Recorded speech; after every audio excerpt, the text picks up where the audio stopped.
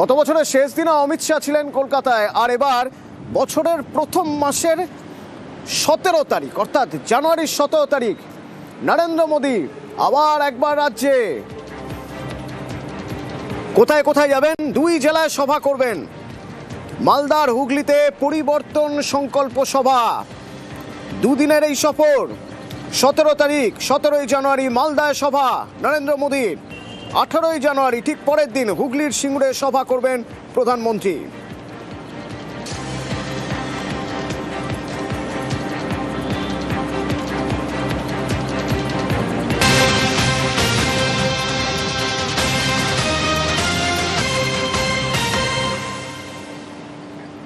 রাজ্যের পরবর্তী ডিজিকে 31শে জানুয়ারি তো রাজীব কুমার অবসর নিচ্ছেন।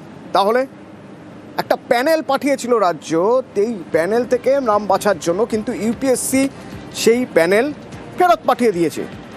তাহলে উপায়? সোমরাজ রয়েছে আমার সঙ্গে। সোমরাজ, তাহলে উপায় কি?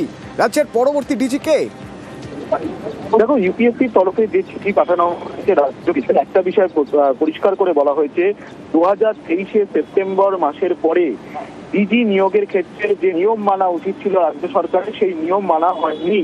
অর্থাৎ 2023 সেপ্টেম্বরের পরে পরবর্তী ডিজি নিয়োগের ক্ষেত্রে যে নিয়ম মানা উচিত ছিল সেই নিয়ম মানা হয়নি।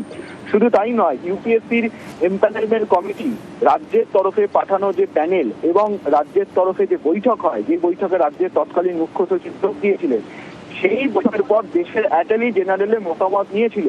দেশের অ্যাটর্নি জেনারেল জানিয়েছেন যে এই বিষয় নিয়ে সুপ্রিম কোর্টের কাছে রাজ্য তাদের নিজেদের মতামত জানতে পারে, কিন্তু আপাতত ইউপিএসসি এমপ্যানেলমেন্ট কমিটির কিছু করণীয় নেই। এক্ষেত্রে সুপ্রিম কোর্টের একটি নির্দেশ রয়েছে ডিজি নিয়োগ নিয়ে, সেটাও চিঠি উল্লেখ করে দেওয়া হয়েছে।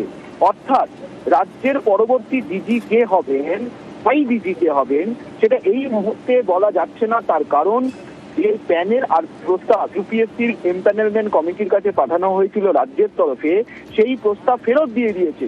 নতুন করে আর নামের তালিকা চাওয়া হয়নি।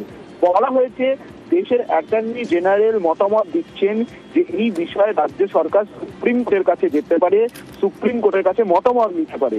ফলত এবার রাজ্য কি করবে তা এখনো সময় অপেক্ষা, কারণ রাজীব কুমার আগামী 31শে জানুয়ারি পর্যন্ত রাজ্য পুলিশের ডিজি হিসাবে রয়েছেন।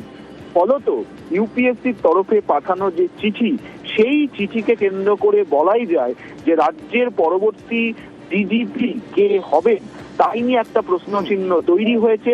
রাজ্যকে পরামর্শ দেওয়া হয়েছে ইউপিএসসির তরফে যে রাজ্য সরকার সুপ্রিম কোর্টের পরামর্শ বা মতামত নিতে পারে রাজ্যের ডিজি নিয়োগ নিয়ে, কারণ 2023 সেপ্টেম্বরের পরে রাজ্য পুলিশের ডিজি নিয়োগ নিয়ে যে নিয়ম মানার কথা ছিল সেই নিয়ম মানা হয়নি। অর্থাৎ পরবর্তী ডিজিপি বেছে নেওয়ার আগে 3 মাস আগে নাম সহ প্রস্তাব পাঠাতে হয়, কিন্তু 2023 সেপ্টেম্বরের পরে সেই নিয়ম মানা হয়নি।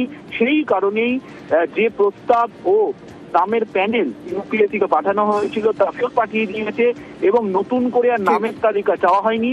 শুধু বলা হয়েছে সুপ্রিম কোর্টের মতামত নেওয়ার জন্য রাজ্যকে দেশের অ্যাটর্নি জেনারেল যে মতামত দিয়েছে সেই মতামত ইউপিএসসির তরফে পাঠিয়ে দেওয়া হয়েছে